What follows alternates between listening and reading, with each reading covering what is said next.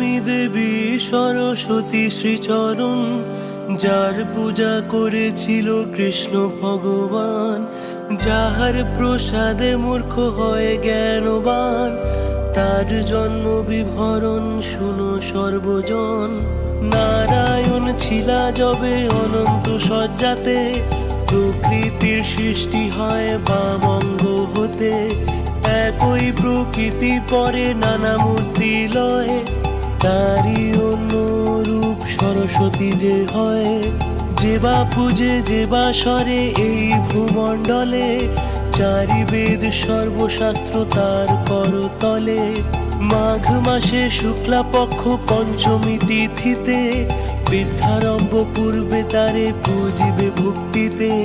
পূর্ব দিনে হবিষ্যান্ন করিয়া গ্রহণ, সেই পঞ্চমী দিনে তারে করি